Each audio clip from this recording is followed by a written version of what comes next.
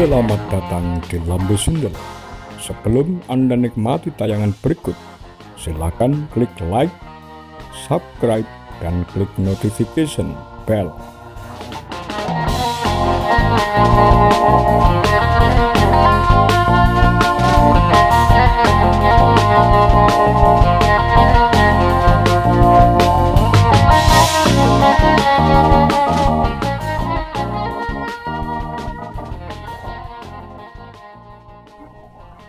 Peristiwa G30S terjawab sudah alasan mengapa Soeharto tidak ikut diculik.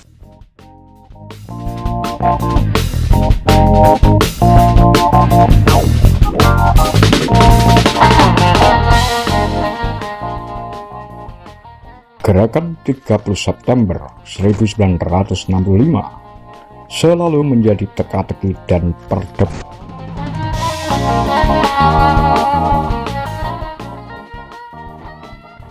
Namun satu di antara teka-teki peristiwa G30S adalah peran Presiden kedua Republik Indonesia Soeharto.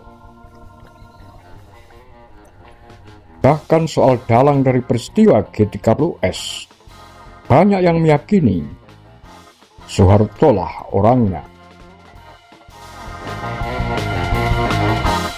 Selama puluhan tahun, pemerintah Orde Baru dan sekolah mengajarkan peristiwa G30S adalah ulah Partai Komunis Indonesia (PKI). Faktanya, penculikan dan pembunuhan para jenderal pada 1 Oktober 1965 tak bisa dilihat sebagai kesalahan tunggal PKI. Peristiwa G30S dipicu dari kabar burung yang mengatakan adanya sekelompok jenderal atau dewan jenderal yang hendak mengkudeta Presiden Soekarno.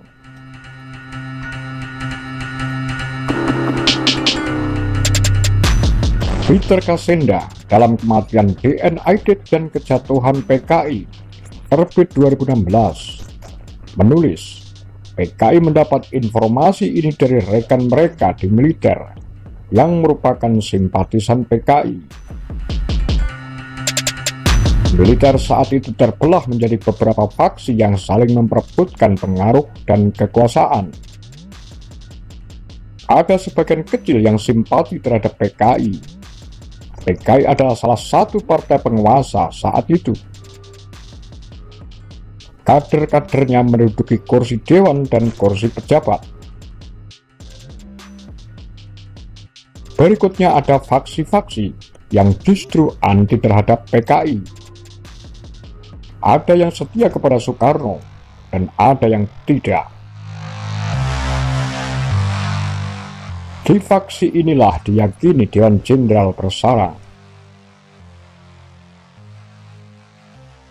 Perlu diingat, setelah Perang Dunia Kedua berakhir pada 1945, negara-negara pemenang saling bersaing memperebutkan pengaruh. Persaingan yang dikenal dengan Perang Dingin ini membelah dunia menjadi dua. Uni Soviet dengan komunisnya dan Amerika dengan kapitalismenya. Di tahun 1960-an, Soekarno dan PKI condong ke Uni Soviet dan anti Barat. Dari sinilah diyakini bahwa Dewan Jenderal sejalan dengan Amerika Serikat yang ingin menyingkirkan Soekarno. Atas dasar keyakinan ini, para perwira militer yang loyal kepada Soekarno bergerak secara diam-diam untuk mencegah kudeta. Ada Kolonel Abdul Latif, Komandan Garnison Kodam Jaya, Letkol Untung, Komandan Batalion Pasukan Pengawal Presiden Cakrabirawa, dan Mayor Suyono, Komandan Resimen Pasukan Pertahanan Pangkalan di Halim. Mereka didukung oleh Sam Kamaruzaman, Kepala Biro Khusus BCPKI, yang merupakan badan intelijen PKI. Daftar jenderal yang jadi sasaran disusun oleh Sam bersama para perwira militer.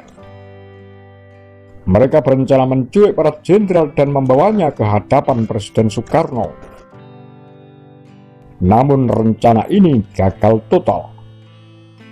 Persiapan tidak dilakukan dengan matang. Para jenderal malah dibunuh. Di mana Soeharto saat itu? Dalam kesaksiannya kepada Mahkamah Militer, Latif membeberkan alasannya tidak memasukkan nama Soeharto dengan alasan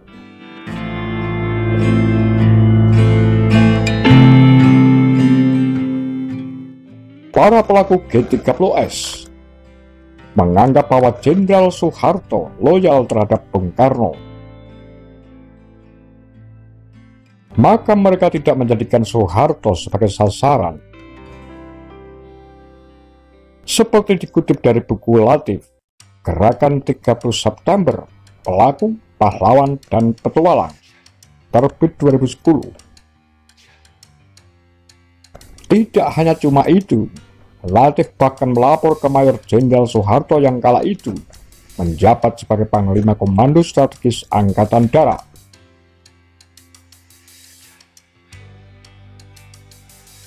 Langkah ini dilakukan Latif setelah laporannya tidak ditanggapi oleh Pangdam Jaya Mayor Jenderal Umar Wirahadikusuma dan Pangdam Brawijaya Mayor Jenderal Basuki Rahmat. Latif mengaku sudah beberapa kali mewanti-wanti adanya upaya kudeta oleh Dewan Jenderal. Menurut Latif, Soeharto hanya bergeming mendengar informasi itu.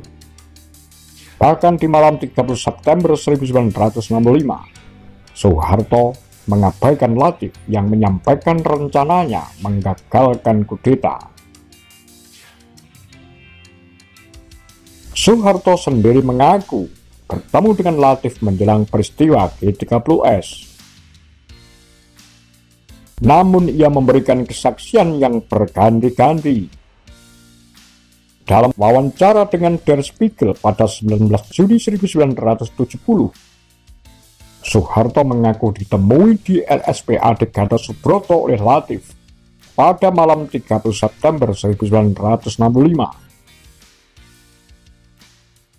Soeharto tengah menjaga anak bungsunya Hutomo Mandala Putra yang dirawat karena luka bakar akibat ketumpahan sup panas.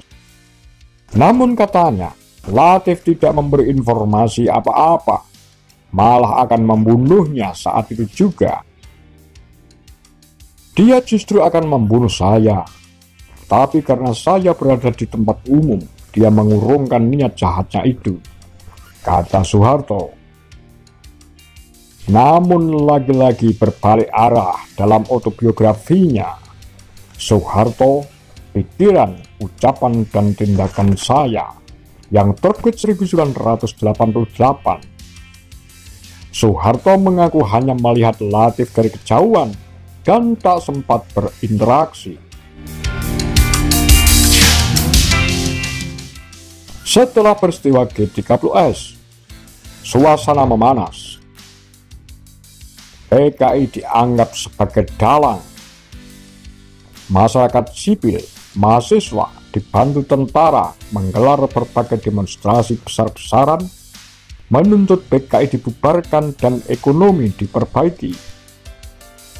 Puncaknya pada 11 Maret 1966,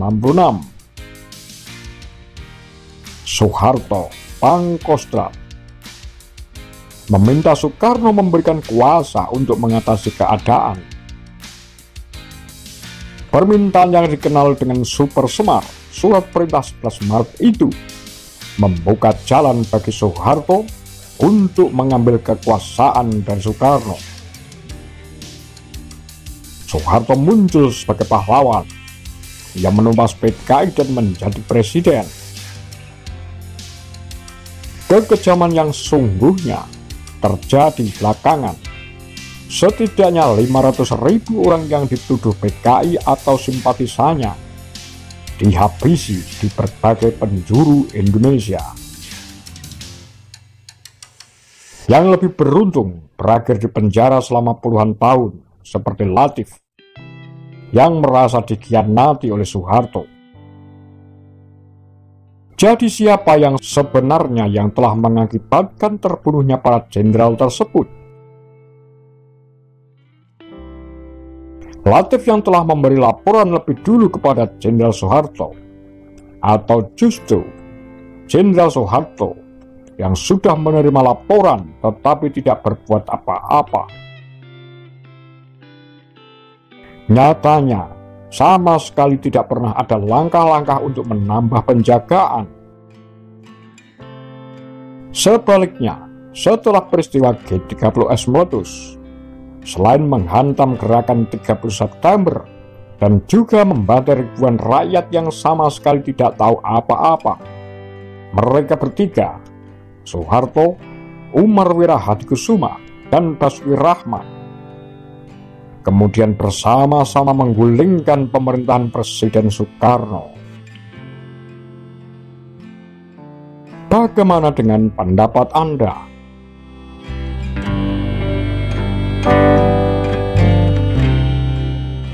Demikian Kura-Kura, Tagar Lambe Sundel.